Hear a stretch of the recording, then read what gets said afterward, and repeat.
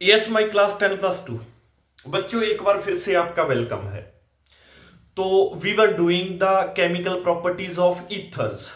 Ethers की हम chemical properties देख रहे थे। लास्ट क्लास में हमने reaction of ether with hydrogen iodide देखी है, HI। तो डिफरेंट कंडीशंस के अंदर डिफरेंट प्रोडक्ट्स बनते थे। तो इस लेक्चर में हम एरोमेटिक ईथर्स की केमिकल प्रॉपर्टीज देखने जा रहे हैं, जो केमिकल रिएक्शंस वो शो करेंगे। अब आपको पता है कि aromatic ether like anisole, if I write anisole methoxybenzene, तो ये जो एक एरोमेटिक ईथर है, तो इसमें ये क्या करेगा, ये इलेक्ट्रोफिलिक सब्स्टिट्यूशन रिएक्शंस शो करेगा या करवाएगा due to this aromatic ring, due to this benzene ring. तो इस बेंजीन रिंग के ऊपर ये वाला एरोमेटिक ईथर, कोई भी एरोमेटिक, यहां मैंने एग्जांपल ले ली है एनीसोल की, एनीसोल, तो इलेक्ट्रोफिलिक सब्स्टिट्यूशन रिएक्शन शो करवाएगा जैसे फिनोल करवाता था। उसका रीजन क्या है? उसका रीजन बिकॉज ये जो अल्कोक्साइड ग्रुप का ऑक्सीजन है, या ये जो इथरियल ऑक्सीजन है, इसके पास लोन पेयर ऑफ इलेक्ट्रॉन्स है। बिकॉज इस इथरियल ऑक्सीजन के पास लोन पेयर ऑफ इलेक्ट्रॉन्स है, तो ये इस रिंग को अपने लोन पेयर्स ऑफ इलेक्ट्रॉन देगा due to positive R effect और पॉजिटिव एम, इसको बोल दो चाहे पॉजिटिव रेजोनेंस या पॉजिटिव मिजोमेरिक इफेक्ट शो करेगा। तो ये जो इथरियल ऑक्सीजन है पॉजिटिव आर या पॉजिटिव एम इफेक्ट शो करेगा, तो ऑर्थो और पैरा पोजीशंस के ऊपर इलेक्ट्रॉन डेंसिटी बढ़ा देगा। अगर ऑर्थो और पैरा पोजीशंस के ऊपर इलेक्ट्रॉन डेंसिटी बढ़ा देगा, तो ऑर्थो एंड पैरा पोजीशन के ऊपर इलेक्ट्रोफाइल अटैक करेगा और इलेक्ट्रोफिलिक सब्स्टिट्यूशन रिएक्शंस हमें देखने को मिलेंगी ऑब्वियसली। तो यही रीजन है बच्चे कि एरोमेटिक ईथर भी जैसे anisole electrophilic substitution reactions show करवाता है at benzene ring, at aromatic ring, due to its ortho para directing nature and ring activating nature. Because ethereal oxygen के पास लोन पेयर है, तो positive R positive M effect show करेगी। साथ में यह भी बता दूं कि ये उतनी फिनोल्स जितनी या उतनी रिएक्टिविटी ज्यादा भी नहीं होती है। उसका रीजन ये है कि ये जो अल्कोक्साइड ग्रुप होता है, OR ग्रुप, यहां चलो मिथाइल है, वैसे इसको मैं अल्कोक्साइड, यहां मिथॉक्साइड है ये, अदरवाइज मैं इसको OR ग्रुप मानकर चलूं, तो ये OR group negative I effect भी शो करता है, negative inductive effect alkoxide group का। तो नेगेटिव आई इफेक्ट से ये बेंजीन रिंग से इलेक्ट्रॉन लेता है, पर पॉजिटिव आर इफेक्ट से बेंजीन रिंग को इलेक्ट्रॉन देता है। नेट डोमिनेट क्या करता है? पॉजिटिव रेजोनेंस या मिजोमेरिक इफेक्ट। तो नेट इलेक्ट्रॉन दे रहा है, रिंग को एक्टिवेट कर रहा है, पर उतना भी ज्यादा ये मतलब रिंग एक्टिवेटिंग ग्रुप भी नहीं है, but still end of the day reactions show कर लेगा, electrophilic substitution reactions at benzene ring show करेगा ड्यू टू पॉजिटिव आर या due to positive M effect. तो one by one electrophilic substitution reactions हम देखते हैं। सबसे पहले जो इलेक्ट्रोफिलिक सब्स्टिट्यूशन रिएक्शंस हमने देखनी है वो है हैलोजिनेशन। हैलोजिनेशन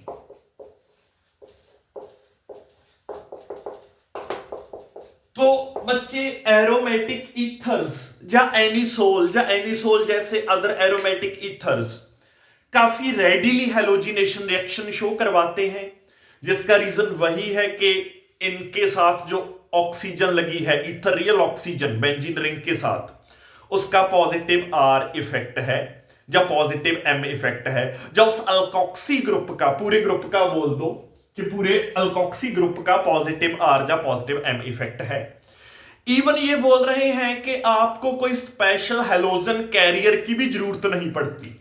जैसे आपको FeCl3 जो हम कैटालिस्ट यूज करते होते हैं समटाइम्स, जब हैलोजिनेशन रिएक्शंस कैरी आउट करते हैं हम रिंग के ऊपर इलेक्ट्रोफिलिक सब्स्टिट्यूशन, तो समटाइम्स हमें हैलोजन कैरियर की जरूरत पड़ती है, जैसे FeCl3। तो यहां पर हैलोजन कैरियर की भी जरूरत नहीं पड़ती, डायरेक्टली आप हैलोजिनेशन करवा लेते हो इन the presence of ethanoic acid. तो अब मैं सीधे हेलोजिनेशन रिएक्शन लिखने वाला हूं बच्चे। तो दिस इज माई एनिसोल, ये एनिसोल है, एरोमेटिक ईथर है। तो इसकी मैं ब्रोमिनेशन करवा सकता हूं या करवा लेता हूं इन the presence of ethanoic acid, ethanoic acid. ठीक है बच्चों, तो पैरा और ऑर्थो आपको प्रोडक्ट देखने को मिल जाएंगे, पैरा ब्रोमो एनिसोल या ऑर्थो ब्रोमो एनिसोल। तो एक आपका प्रोडक्ट बनेगा पैरा ब्रोमो एनिसोल, साथ में एक आपका प्रोडक्ट बनेगा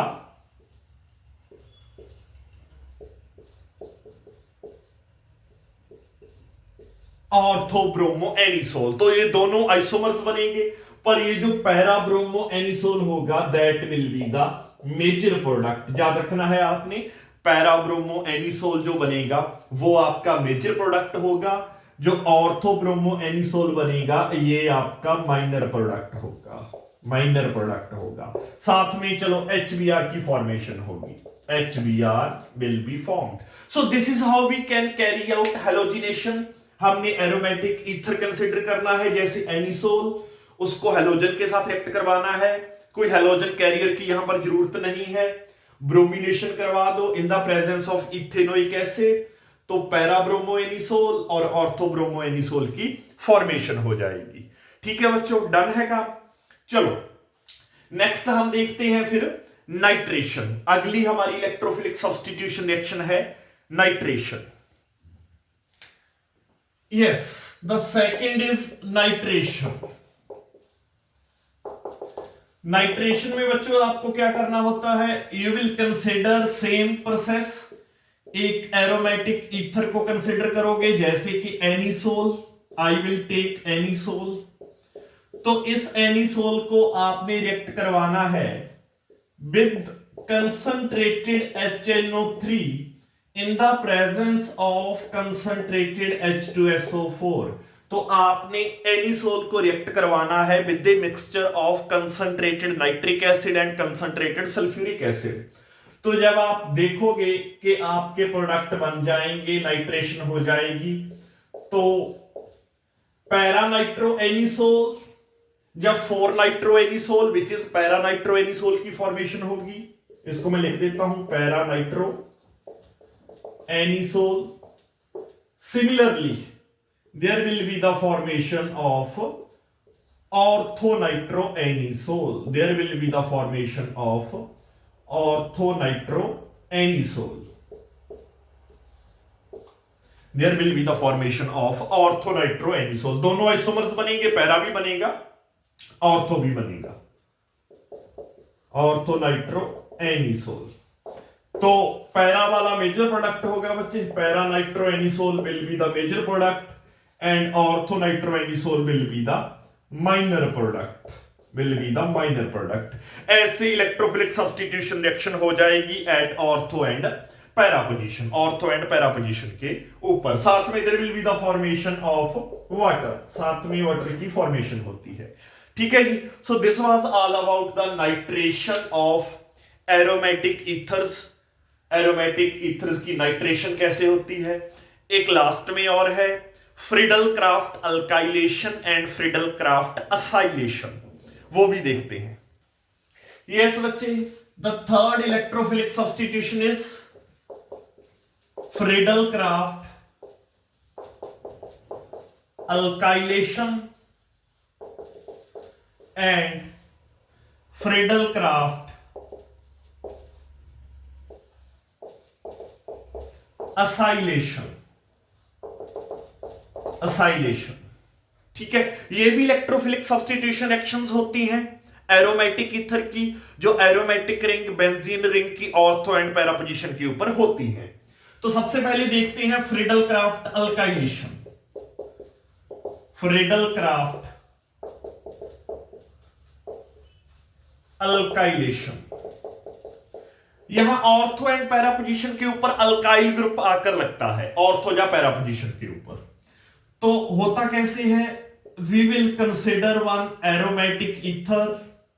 सिमिलरली जो हम कंसिडर करते आए हैं एनिसोल सिंपलेस्ट, इसकी रिएक्शन मैं करवाऊंगा अल्काइल क्लोराइड के साथ, जैसे मान लीजिए मिथाइल क्लोराइड, ये है फ्रीडल क्राफ्ट अल्काइलेशन। तो इस मिथाइल क्लोराइड से जो अल्काइल ग्रुप है, मिथाइल ग्रुप, ये ऑर्थो एंड पैरा पोजीशन पर आएगा इन the presence of AlCl3, aluminium chloride की प्रेजेंस में। तो मैं देखता हूं क्या बनेगा बच्चों, ऑर्थो एंड पैरा पोजीशंस के ऊपर आई विल सी, तो this will be the para product and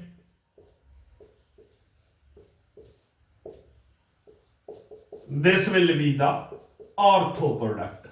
Para product that will be a major product and the ortho product that will be a minor product. Ortho वाला minor होता है due to steric hindrance, steric hindrance के कारण इसका crystal ज्यादा stable होता है para वाला का।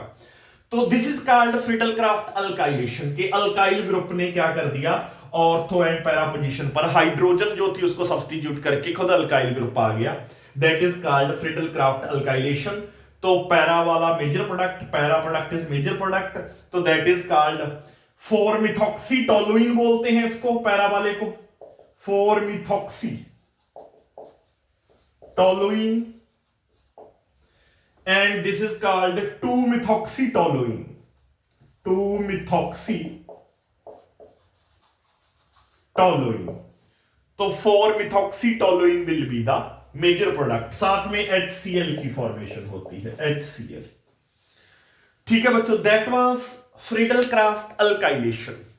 सिमिलरली फ्रीडल क्राफ्ट असाइलेशन होती है, वहां पे हमें क्या करना पड़ता है, हमें असाइल क्लोराइड के साथ रिएक्ट करना पड़ता है, मतलब एसिड क्लोराइड के साथ, विच इज असाइल क्लोराइड, इस एरोमेटिक ईथर को। तो फिर असाइल ग्रुप आता है ऑर्थोजा पैरा पोजीशन के ऊपर, वो भी देख लेते हैं, फ्रीडल क्राफ्ट असाइलेशन। तो लेट अस सी, यहां ही चेंजेस कर देता हूं बच्चों मैं थोड़ी थोड़ी जितने की जरूरत है। फ्रीडल क्राफ्ट यहां मेंशन कर देता हूं असाइलेशन,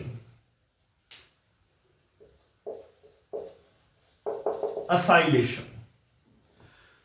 तो क्या करूंगा मैं, एरोमेटिक मेरा एस्टर होगा, इसको मैं रिएक्ट करूंगा विद एसिड क्लोराइड या असाइल क्लोराइड बोल दो, CH3C double bond OCl in the presence of AlCl3, तो that is acetyl chloride, acetyl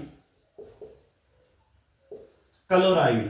तो यहां से जो एसिटाइल या असाइल ग्रुप है, इतना CH3C डबल बॉन्ड हो, ये ऑर्थो एंड पैरा पोजीशंस पर आएगा। तो हम देखेंगे पैरा प्रोडक्ट बनेगा, that will be the major product OCH3, C double bond OCH3, that is para major product बनता है।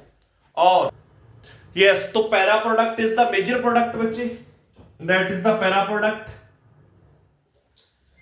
And there will be the formation of ortho product, ortho product भी बनता है साथ में, that will be the minor product। तो इसको बोलते हैं, ये जो पैरा प्रोडक्ट है 4-methoxy acetophenone, 4-methoxy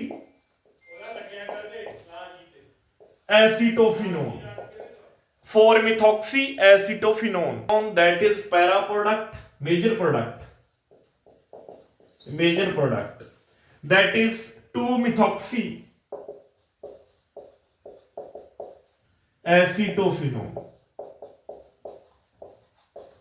that will be minor product, that will be minor product। वही स्टीरिक हिंड्रेंस के कारण ऑर्थो वाला माइनर होगा, पैरा वाला मेजर हो जाएगा। So these are the electrophilic substitution reactions of aromatic ethers, aromatic ethers की electrophilic substitution reactions जो ऑर्थो एंड पैरा पोजीशंस पर होती है, बिकॉज जो अल्कोक्सी ग्रुप है, OR group, that is ortho para directing, alkoxy group is ortho para directing and ring activating, पर ये साथ में नेगेटिव आई इफेक्ट भी शो करता है।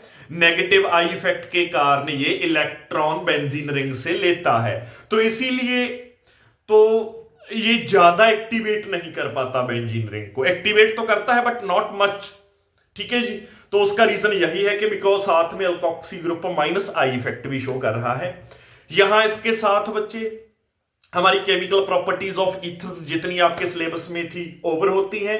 यूजेस ऑफ ईथर आप लोग खुद करोगे, I will not teach you the uses, तो यूजेस खुद करोगे।